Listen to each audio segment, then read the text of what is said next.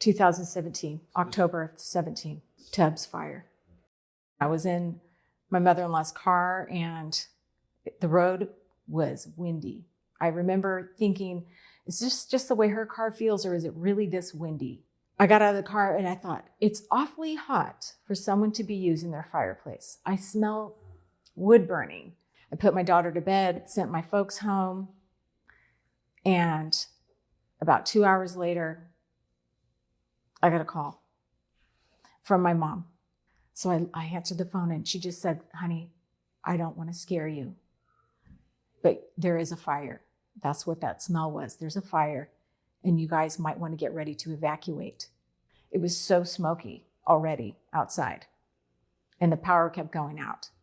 And I just couldn't understand what that was about. But I came home and I started calling people. I called my in-laws. I called my best friend and I said, we're getting ready to evacuate. You should get ready to evacuate too. Because at that point, I didn't know where it was coming from. I just knew that if it was big enough for my mom to call me and say, you need to get ready, I need to tell everybody else too. So I came back in and it was like, I was terrified and it was chaotic.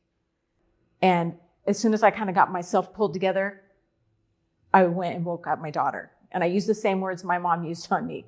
I don't mean to scare you, baby, but there's a fire and we need to get our shoes on and get ready to go. I got my car and we had just loaded up the dog. And then the police said, you need to go now, right at that very minute. I mean, the timing was just so critical. And it was, you could see like these, almost like, when you see little tornadoes, smoke, there was just smoke tornadoes going all over the place and branches flying through the air.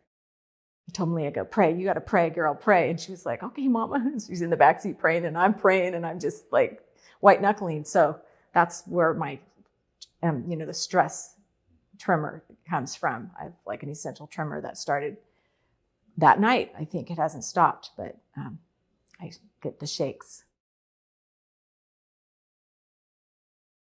There was no light in that day. It was black skies. Our friends kept telling us, don't worry, as soon as the sun comes up, you'll hear the planes come over and they'll start dropping the fire retardant on your house. Don't worry. There were no planes. We tried to go back and check on the house and we just drove up to just a wall of flames. When you see your house,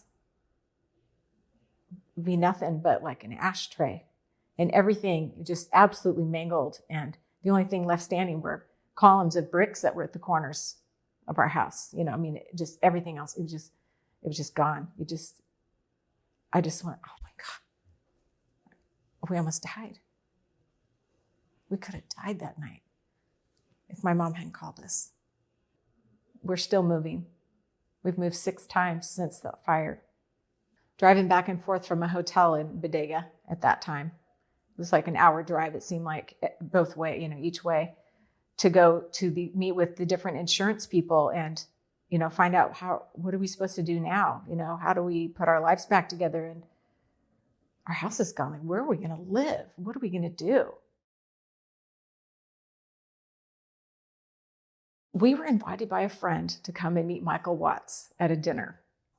We went and I met Michael and I just put my trust in him. I just felt like such love and support from this guy. Like, what is he doing here? And what? You're going to sue PG&E? Really?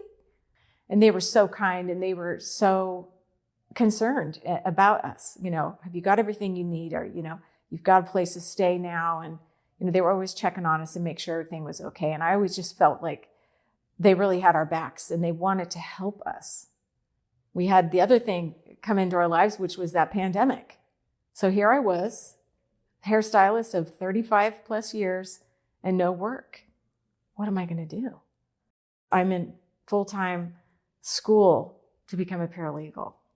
So I have retired from doing hair and I'm now on my path to become a paralegal. So I can help people the way they've helped us. Some people will never be okay. Their story is always going to be the trauma that they went through, and they will live that way for the rest of their lives. And I hope that people get help for that because there is help. I may never be over it, it's led me to a place in my life where I feel like I can be help to others, which feels really good.